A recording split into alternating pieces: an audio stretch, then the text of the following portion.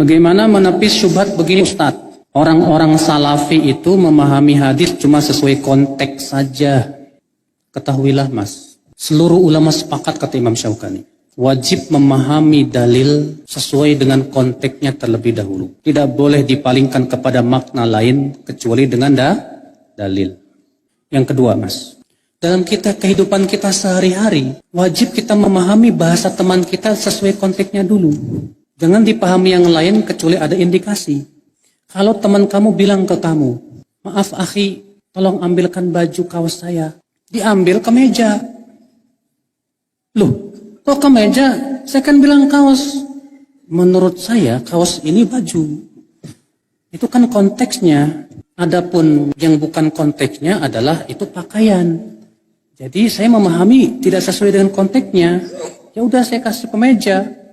Kira-kira kamu bisa terima nggak Mas? Allah dan Rasulnya berbicara sesuai dengan yang kita pahami tidak? Iya tidak? Itulah yang namanya fasih.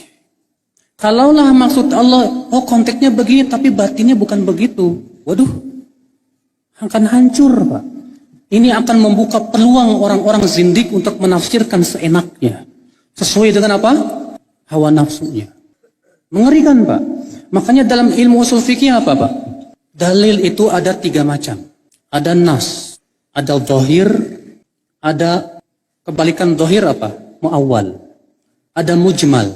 Kebalikan mujmal apa? Mufassal. Apa itu nas? Nas adalah dalil yang maknanya hanya satu. Tidak memiliki makna lainnya. Zahir adalah dalil yang maknanya 2 atau lebih, tapi salah satunya yang paling kuat. Maka wajib dipahami kepada makna yang paling kuat dulu. Sampai ada dalil yang menunjukkan bahwa yang diinginkan makna yang lain. Zahir tuh. Nah ketika dipalingkan kepada makna yang lain karena ada dalil, maka disebut dengan muawwal. Yang ketiga apa? Mujmal. Apa itu mujmal? Kata-kata yang bersifat global. Maka yang sesuatu yang global belum bisa diamalkan sampai mencari dalil yang sifatnya apa? Terperinci.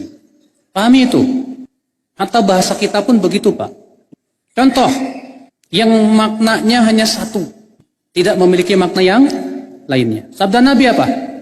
Kullu muskirin khamrun wa kullu khamrin haram. Setiap yang memabukkan itu arak. Dan setiap arak itu haram. Kata-kata memabukkan hanya satu, maknanya jelas. Tidak ada makna yang lain. Ya. Contoh zahir. Kalau misalnya antum berkata, saya melihat singa. Kata singa ini bisa mempunyai 2 makna. Makna yang pertama binatang buas beneran. Makna yang kedua laki-laki yang pemberani. Iya kan? Kalau ada orang berkata kepada Anda, saya tadi melihat singa. Apa yang Anda pahami terlebih dahulu? Anda harus memahami terlebih dahulu itu binatang buas. Sampai ada indikasi, saya tadi melihat singa menunggang kuda. Gak mungkin singa beneran. Ini pasti orang pemberani. Kenapa kita pahami demikian? Karena redaksinya mengharuskan seperti itu. Paham gak Mas? Maka dari itulah Pak, kalau ada orang berkata, hai si salafi itu terlalu konteks. Justru seharusnya kita bawakan dulu dong kepada konteksnya. Tidak boleh dipalingkan kepada makna lain kecuali dengan apa? Dalil. Kalau ada dalil lain yang memalingkannya, boleh, gak masalah. Selama dalil itu sahih. Yang salah itu Pak, memalingkan makna yang kuat kepada makna yang lemah tanpa dalil. Contoh, memalingkan tanpa dalil. Allah berfirman, Ar-Rahman wa 'alal arsyis tawa. Ar-Rahman 'alal arsyis tawa. Ar-Rahman istawa 'alal arsy. Istiwa di atas arsy. Apa kata mereka? Istawa itu ada 6 makna. Istawa artinya menguasai, kata mereka. Kita katakan tadi dulu Mas. Istawa saja dalam bahasa Arab betul ada 6 makna. Tapi masalahnya ini setelah istawa ada ala. Dan dalam bahasa Arab, makna istawa ala itu satu maknanya. Apa itu? Ala wartafa, tinggi bersemayam. Tidak ada makna yang lain, tidak ada makna yang kedua. Apa kata mereka? Oh, kalau Allah bersemayam di atas arsy gak masuk di akal. Gimana? Kalau Allah bersemayam di atas arsy berarti Allah butuh tempat. Wah, gak mungkin. Berarti kata mereka apa? Berarti ini harus ditakwil. Dibawa kepada makna yang lain. Kita katakan Mas, Kalau Anda berkata Allah bersemayam di atas arsy artinya Allah butuh tempat, itu karena Anda menyamakan Allah dengan makhluk. Makhluk betul, kalau bersemayam butuh tempat, sedangkan Allah tidak sama dengan makhluk. Allah berfirman, laisa kamitslihi syai'. Allah tidak serupa dengan apapun juga. Karena Allah tidak serupa dengan makhluk, Allah bersemayam di atas arsy, bukan berarti Allah butuh arsy, bukan berarti Allah butuh tempat. Karena Allah tidak serupa dengan apa? Makhluknya. Tapi menurut akalnya begitu. Akalmu tinggalkan dulu. Karena Anda masalahnya membayangkan Allah bersemayam di atas arsy seperti manusia bersemayam di atas kasur. Kalau ditarik kasurnya jatuh. Salah besar itu, Pak. Salah besar. Maka dari itulah inilah saudaraku. Akhirnya apa? Dipalingkanlah oleh dia maknanya. Apa?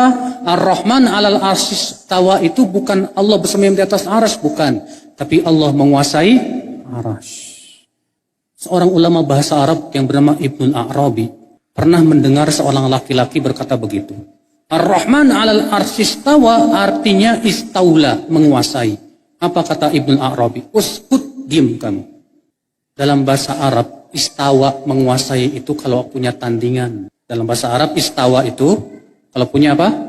Lawan. Contoh, kita melawan company yang menduduki Jakarta.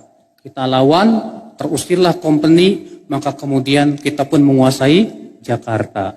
Karena apa? Jakarta tadinya sudah dikuasai company, sekarang kita kuasai. Sekarang arsy sebelum Allah menguasai, siapa yang menguasai?